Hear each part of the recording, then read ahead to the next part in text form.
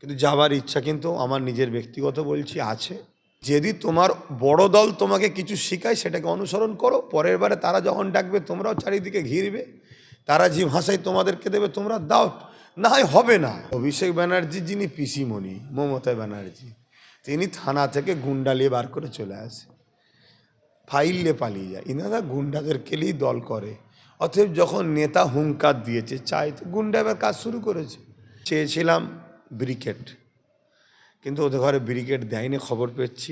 মানুষের মধ্যে কিছু ভোটার আছে, তারা কোনো দল বোঝে না, তারা দলের কাছে কিছু আশাও করেও বেঁচে নেয়, তারা মানে খুবই দুর্বল গরিব মানুষ, তারা একটু চাই একটা বড় শক্তির পাশে গিয়ে চুপ করে দাঁড়িয়ে থাকবো। জানুয়ারি আইএসএফ প্রতিষ্ঠাতা দিবসে আপনার ছোট ভাই যে মহাসমাবেশের ডাক দিয়েছে কলকাতায়, এই বিষয়ে আপনি সাধারণ জনসাধারণ কি বার্তা দেন? সবাইকে বলবো আসুন, কেন মানুষের নিত্য প্রয়োজনীয় জিনিস নিয়ে সে তো কাজ করছে, তার সাথ দেওয়া দরকার। সবার সাথ দিয়েছেন, একবার তার সাথ দিয়ে দেখুন, তাকে সহযোগিতা করুন। সে যদি আগামী দিন ক্ষমতায় আসতে পারে বাংলায়, তাহলে অনেক কাজ হবে। কেন সে যেভাবে মানুষের হয়ে সব জায়গায় ছুটছে উচিত। পাশাপাশি আমি একজন ধর্মগুরু হিসাবে মনে করি ওয়াকফ বিষয়টাও আন্দোলনের মধ্যে আছে, এসআইয়ের বিষয়েও আন্দোলনে রয়েছে, মানুষের রুজি রুটির বিষয়ে আছে, বহুমুখী আন্দোলন আছে। তাই ওয়াকফকে আমরা যখন বাঁচাতে চাইছি, আমাদেরও উচিত আসা, সবাইকে আসা দরকার। 5 বছর আগে যে দলের আপনি প্রতিষ্ঠাতা করেছিলেন সেই দলেরই প্রতিষ্ঠাতা দিবস, সেখানে কি আপনার উপস্থিতি থাকবে? যাবার ইচ্ছা আছে, কিন্তু আমার অনেক তো কাজ টাজ থাকে আরও, কিন্তু যাবার ইচ্ছাটা আছে। কত মানুষ হবে বলে ভাবছেন? সেটা কি করে বলি বলেন না। সোশ্যাল মিডিয়ায় একটা নাম ভাইরাল হচ্ছে, এটা আপনার, যে আপনি ওই মঞ্চে থাকবেন। দেখুন, কেউ যদি লিখে ছাড়ে সেটা তার স্বাধীনতা, সে জানে। তবে এমন কোনো কথা আমার সঙ্গে ক্লিয়ার হয়নি, কিন্তু যাবার ইচ্ছা কিন্তু আমার নিজের ব্যক্তিগত বলছি আছে। কেন আজকে একটা 5 বছর পরে এই জায়গাটায় আবার দাঁড়াচ্ছে। তবে আমি চেয়েছিলাম ব্রিকেট, কিন্তু ওদের ঘরে ব্রিকেট দেয়নি খবর পেয়েছি। আমি লাস্টে আমার একটা সংগঠন আছে, সেই সংগঠন থেকেও ব্রিকেটের জন্য কাগজ জমা দিয়েছিলাম। তারাও বলেছে 31শে মার্চ পর্যন্ত নাকি প্যারেড আছে, কি আছে সেনাদের, দেবে না। আমরাও দেখতে চাই সত্যি কি সেনাদের প্যারেড আছে, আর না অন্য কেউ গেলে টক করে পেয়ে যায়। কেন লক্ষ্যকণ্ডে গীতার আগে কিন্তু আমি আবার তখন চেয়েছিলাম, আমি দুবার চেয়েছি, তখনও কিন্তু আমাকে দেওয়া হয়নি। কি বলেছিল তখন? তখন বলা হয়েছিল এখন কোনো মাঠ পারমিশন দেওয়া হচ্ছে না, আমাদের বিশেষ কাজ চলছে। সেনাদের ওপরে তো কোনো কথা বলা যায় না, কেন তারা আমাদের জন্য, দেশকে বাঁচাবার জন্য জীবন কোরবান করছে। কিন্তু কোনো এক জায়গায় দেখতে হবে আগামী দিন কি হচ্ছে। তো সেই জায়গায় আবার এই যে বললেন মার্চের 31 তারিখ পর্যন্ত প্যারেড চলছে, হতেই পারে, তা আমার কোনো আপত্তি নয়, তাদের মাঠ। কিন্তু কেউ কোনো চাইবে তা পেয়ে যাবে, আর আমরা পাবো না, যদি এই দিচা হয় তাহলে আমাদের দুঃখ লাগবে। কিন্তু তারপরেও সেনাদের বিরুদ্ধে তো আমাদের কোনো কথা নেই।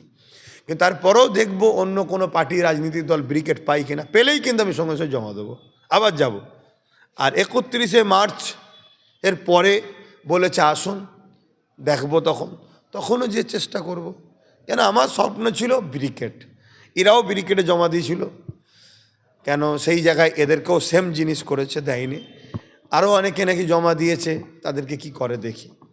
কিন্তু আপনার ভাই, ছোট ভাই প্রায় জায়গায় বলছে যে 21শে মঞ্চে একটা বড় চমক আছে। বড় চমক বলতে সবাই আপনাকেই চেনে। না, হয়তো অন্য কিছু হতে পারে, আমি আবার চমকের কি আছে, আমি তো পুরাতন হয়ে গেছি রে বাবা। 21 তারিখে কলকাতার যে নওশাদ সিদ্দিকী সমাবেশের ডাক দিয়েছে, ওই দিন ভাঙড়ে একাধিক জায়গায় বড় বড় মিটিংয়ের ডাক দিয়েছে শাসক দল। কোনো চক্রান্ত দেখতে পাচ্ছেন কি এর মধ্যে? না, তারা তাদের কর্মসূচি করবে, করতেই পারে। তবে যদি কেউ কর্মসূচি করার নামে রাস্তায় কোনো মানুষকে ডিস্টার্ব করে, আমি খুলেআম বলবো, যদি তোমার বড় দল তোমাকে কিছু শেখায় সেটাকে অনুসরণ করো, পরের বারে তারা যখন ডাকবে তোমরাও চারিদিকে ঘিরবে, তারা যে ভাষায় তোমাদেরকে দেবে তোমরা দাও, না হয় হবে না। এবার মিটিং ডেকেছে বলে সমস্যা না, এটা বাজে কথা। তারা তাদের মিটিং করতে পারে, তাদের লোক কেলে তারা আলোচনা করবে, তাদের নেতা নেত্রী কী করেছে, কে ফাইলে পালিয়েছে, কে কী করেছে, আলোচনা সব তাদের ব্যাপার। ওলি আমার কোনো পক্ষে বিপক্ষে কথা বলার নেই। কিন্তু চক্রান্ত আছে না নেই সেটা আমি হানুকি করে বলি। কিন্তু কেউ যদি চক্রান্ত করে, তাহলে সংবিধান বিরোধী, আমার রাইটের ওপর অধিকার হরণ করছে, আমি কোথায় যাবো, এটা আমার স্বাধীনতা। তাহলে আজকে কেন্দ্র সরকার কি খাবে না খাবে তার হরণ করছে, এ কোথায় যাবে তার হরণ করছে। তাহলে সেই রাস্তা তোমরা আগামী দিন বেছে নেবে। যখন এরা ডাকবে কোনো জায়গায়, প্রতিটা মোড়ে মোড়ে তোমরা মিটিং করো, যেখানে যাকে পাবে, যে ভাষায় এরা তোমাদের সঙ্গে ব্যবহার করবে সেই ভাষা তোমরা করবে, দেখবে সব কেঁচো সিধে হয়ে যাবে।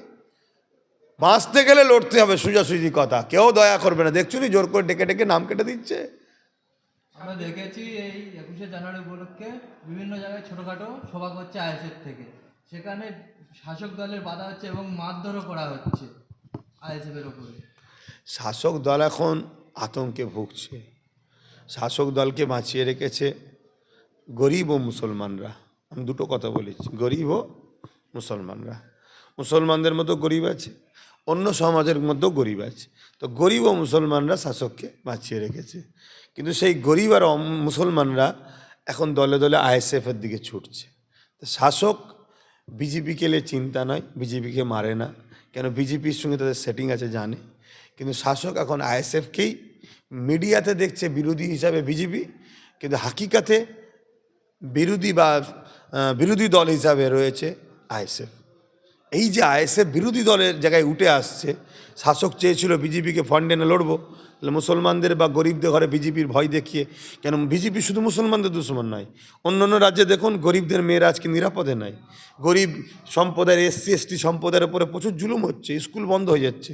তা সেই জায়গায় আইএসএফ যদি উঠে চলে আসে, তাহলে গরিবরা তার সঙ্গে চলে যাবে, তাহলে বিজেপি শেষ। আর বিজেপি যখন থাকবে না, তার মানে তার পরে বারেই টিএমসি শেষ। তো এই জন্য এরা উঠে পড়ে লেগেছে।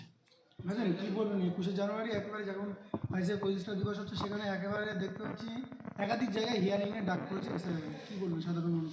এ সব প্ল্যান মানুষ। তবে আমি এই একটা কথা প্রশ্ন করলেন কেমন লোক হবে, আমি ভাই এইভাবে তো বলতে পারবো না, কিন্তু আমি তো বিভিন্ন জায়গায় যাই, আমার যে সব কাজ আছে যাই, সেখানে গিয়ে আমি একটুখানি বলে দেখি তোমরা কলকাতায় যাচ্ছ নাকি 21শে জানুয়ারি।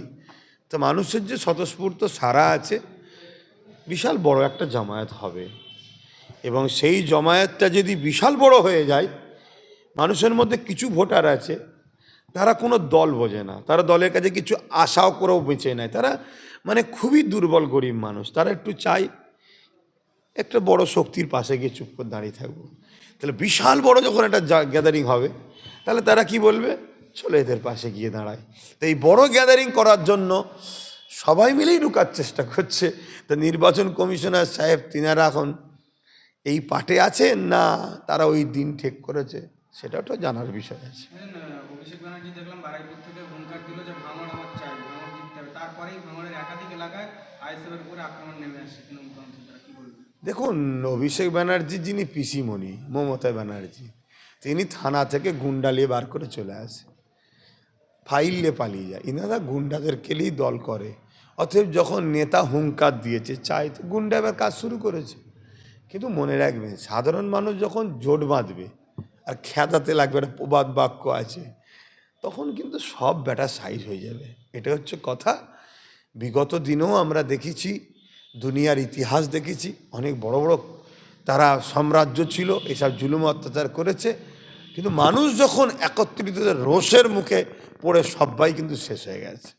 অতএব যদি কারো কিছু লাগে, গণতান্ত্রিক পক্ষেরা লিখ না, গুন্ডাগিরি সন্ত্রাসী করলে মানুষ আরও জেদে পড়ে যাবে যে তোদের গুন্ডাগিরিকেই শেষ করব।